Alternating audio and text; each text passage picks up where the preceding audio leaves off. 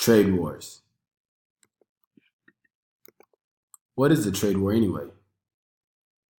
A trade war is a situation in which countries try to damage each other's trade, typically by the imposition of tariffs or quota restrictions. Let's take a quick look at what happens when one country tries to control another country's exports. Remember the Boston Tea Party that turned into the American Revolution? How about the embargo on Castro's Cuban cigars in the 60s? How many stogies were smuggled out of Cuba? Or the Opium War between China and Great Britain in the 1800s, where Britain retaliated against Chinese tea imports by exporting opium to China, causing a disastrous epidemic. The Great Depression of the 1930s was stalled by the Smoot-Hawley Tariff Act, shutting down world trade. Nobody wins these wars. There are always dangers when we ignore history, and when we keep repeating history, everyone gets worried. So what's happening in the United States that set stage for this trade war? First off, Donald Trump was elected president last year using the slogan, America First, as his battle cry.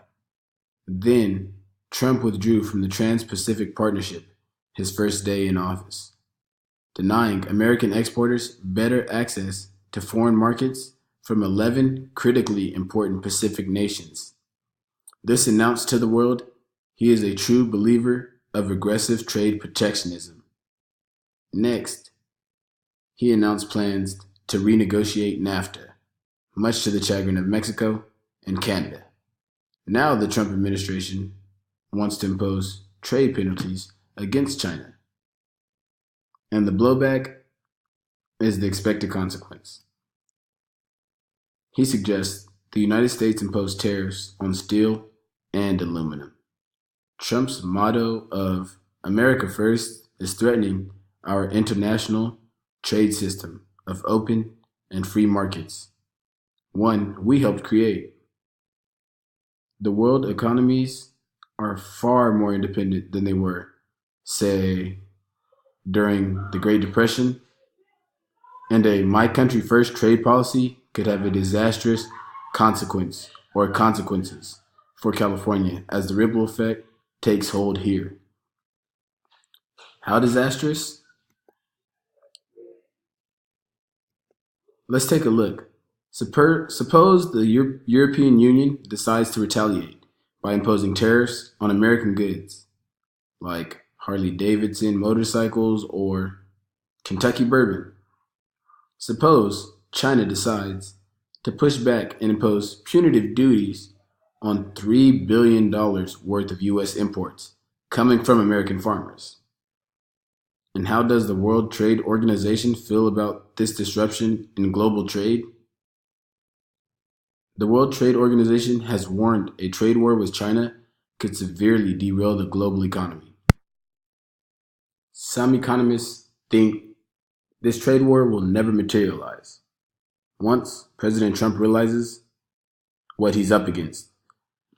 Once a list of U.S. tariffs against China is compared to the list of tariffs against the United States by other nations all over the world, Trump will probably back down.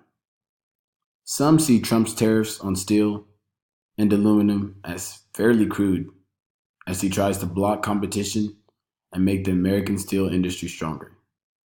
China, on the other hand, is retaliating by focusing on how to get its hands on American intellectual property, a much more sophisticated means, not an end. If the trade war does materialize, what will it mean for the average American? Gross domestic product will shrink. Americans will start paying more for those cheap Chinese products we've been buying for years.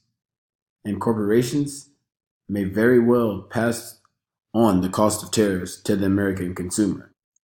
California will be particularly hard hit, according to the Brookings Institute think tank in DC, as the agricultural industry, pharmaceuticals, Boeing aircraft, plastics, and Tesla cars will feel a big pinch. Inflation will rise, new job prospects will disappear, and consumers will lose confidence all over again. Trump claims a trade war will be easy to win may have some validity since Chinese imports to America exceed American exports to China. But tit for tat retaliation ultimately makes industries weaker, not stronger. So, how can it be easy to win when everybody loses?